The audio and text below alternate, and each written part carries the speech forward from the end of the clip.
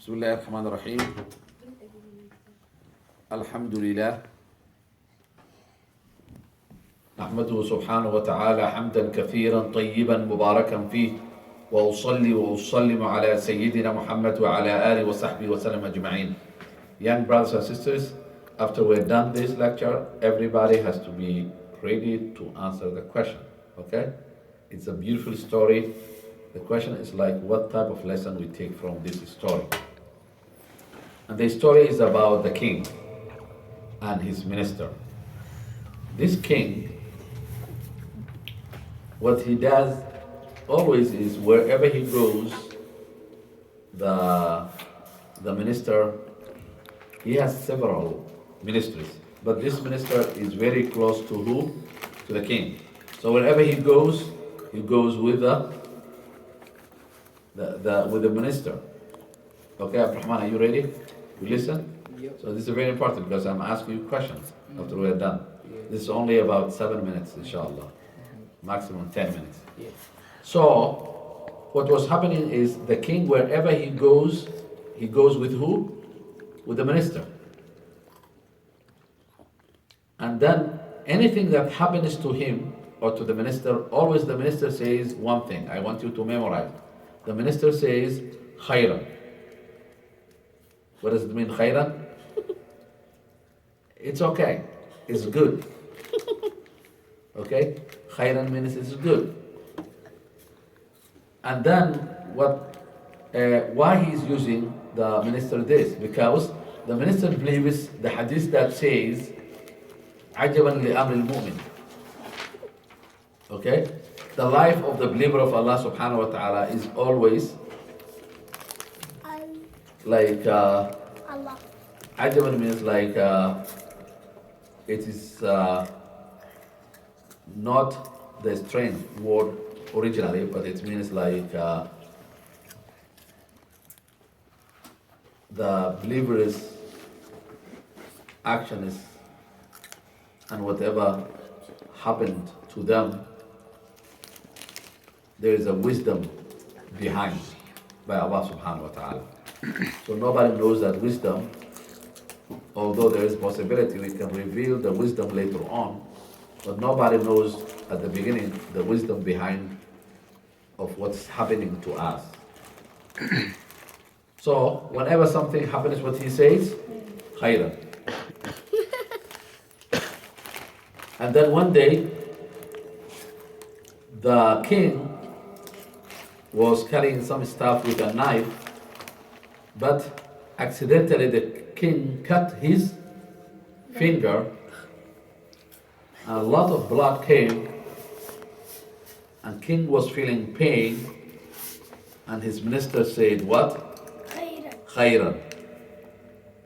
And the king became very angry. When the king is become angry, what they do? They arrest the people, right? Yeah. He said, arrest him now. That's what he said to his servants.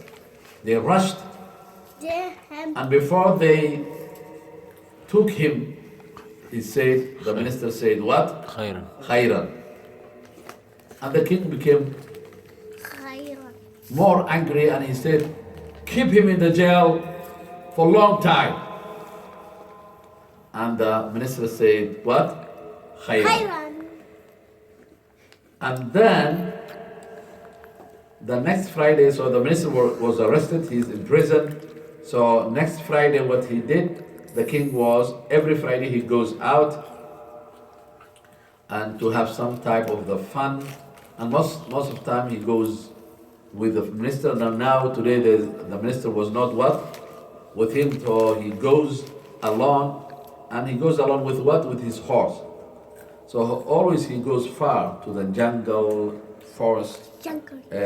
all that sometimes risky area. So you know what happened? He went, he kept horsing all the way until he ended up in the hand of strange people. Large number of the people worshipping what? Idols. Not only that, what they do is when they come together, group of them go and hand strange human being who is not part of them, and they bring to slaughter him for who? For the idol. You know what happened? They found him. Sit down. They found him, they hunted him, they brought him to the large number. What they want to do with him, with the king? To slaughter him for who? For their gods. So they are mushrikeen, they worship other than God. So what happened? The man who's supposed to slaughter, what he does always is he checks the body of the person to make sure like all his body is complete. So he was checking all his body and he found missing what? Finger. And he shouted, he said like, we cannot do it. And they said, what? Because the man's finger is cut off, missing. He's not complete person. And they said, because the condition is to slaughter the man that they hunted, he must be complete. But this man, his body is not complete. There's a missing finger. And what they did? They released and said, like, go away from us. We don't want you because we cannot slaughter you because you're not what? And then the king jumped on his horse. He ran. And he said, thanks God who saved me, right? And he remembered the statement made his minister when his finger was cut. What the king said? khair. Khairan. And he said, oh, he was right. It was khair for me because today I'm saved, right? So what he ordered when he came back to the palace, he ordered that the soldiers have to release who? They have to release what? The minister. The minister was released. He's very happy. And he came. And the king said, I'm going to forgive you. You know, the day that I arrested you when I cut my finger, you said khair, and you were right, it was khair. Because I was about to be killed, but now I'm safe because of what? The missing finger. And he said khairan. But he said, let me ask you why you said khairan when I arrested you, because you know that I was about to put you in prison, which is hard and difficult to live. Why you say khairan?